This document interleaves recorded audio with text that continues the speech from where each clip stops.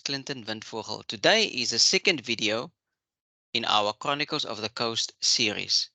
We hope you've been watching so far. And today I have the pleasure of introducing Mr. Keith Spencer, who will be talking to us about how science is being used within the marine environment. Keith, do you mind introducing yourself to the viewers? Good day, sure, Clinton. My name is Keith Spencer. I'm a marine and coast specialist within the Marine and Coasts operations of Cape Nature. And I'm excited to talk to you today about how we use science to conserve and protect our marine resources. Keith, you've got me hooked. I'm glad to hear that. So I'll be providing viewers with an insight into a globally accepted fish monitoring system that also contributes to a national monitoring system and helps managers evaluate the state of fish populations in any MPA. Obviously, these populations can change over time, either positively or negatively. And we use a technique that's called the baited remote underwater video monitoring, in short, the BRAV project. Sounds very interesting, Keith. Can you expand a bit more on the BRAV project? Absolutely.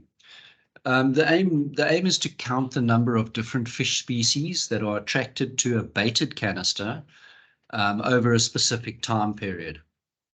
So in the past, we used to send scuba divers down, which is quite expensive.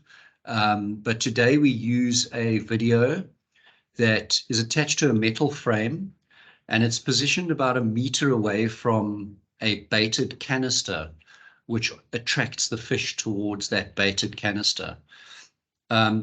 We call these the BRAV rig, this metal frame and camera and bait canister, and we drop this down to the sea floor where it lies on the bottom and records for an hour. We take those video recordings and we analyze them back in the laboratory. And we try and do this each year on various different sites, both where fishing is allowed and where fishing is not allowed. And we're able to compare the results to evaluate the effectiveness of the marine protected area, or a marine protected area.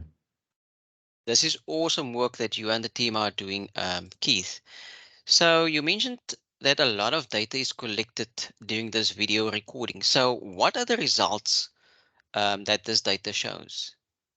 Well, once we've got the number of species and their abundance at each site, we can see if numbers are going up, staying steady, or declining. We can also compare results between different habitats that are within the marine protected area. So habitats such as sandy bottoms or reef bottoms or kelp forests.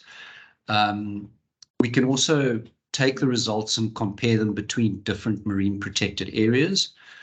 We've been lucky enough to find some rare species, like small pajama sharks in the Betty's Bay marine protected area. And we've also been able to consolidate our findings into species lists for each marine protected area, which is a very good baseline point for a protected area.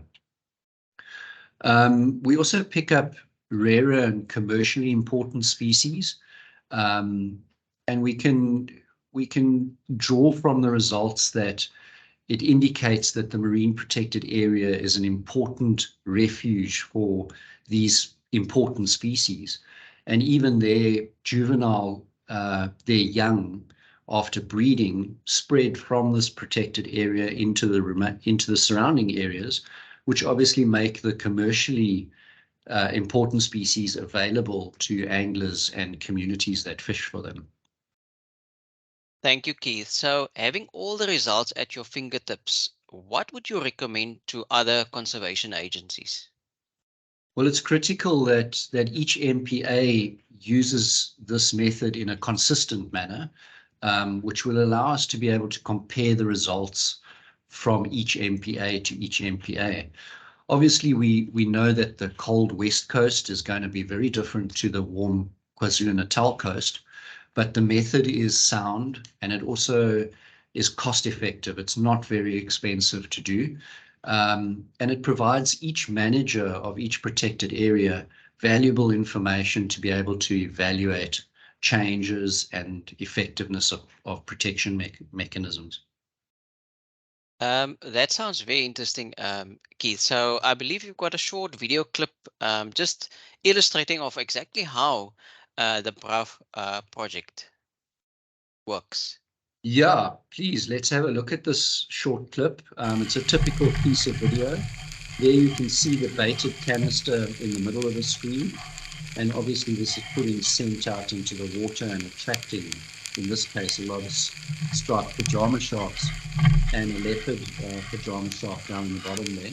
Also, the other species you can see moving into the screen allows us to identify the species that are in that area at that particular time.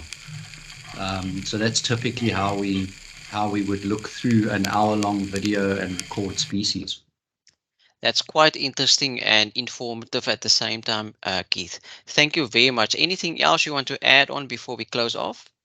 No, just thank you very much for the platform to be able to share this information, and I hope the viewers enjoyed it, and I hope they realize there's a lot of work happening, very interesting work happening in our marine protected areas. Thanks, Clinton.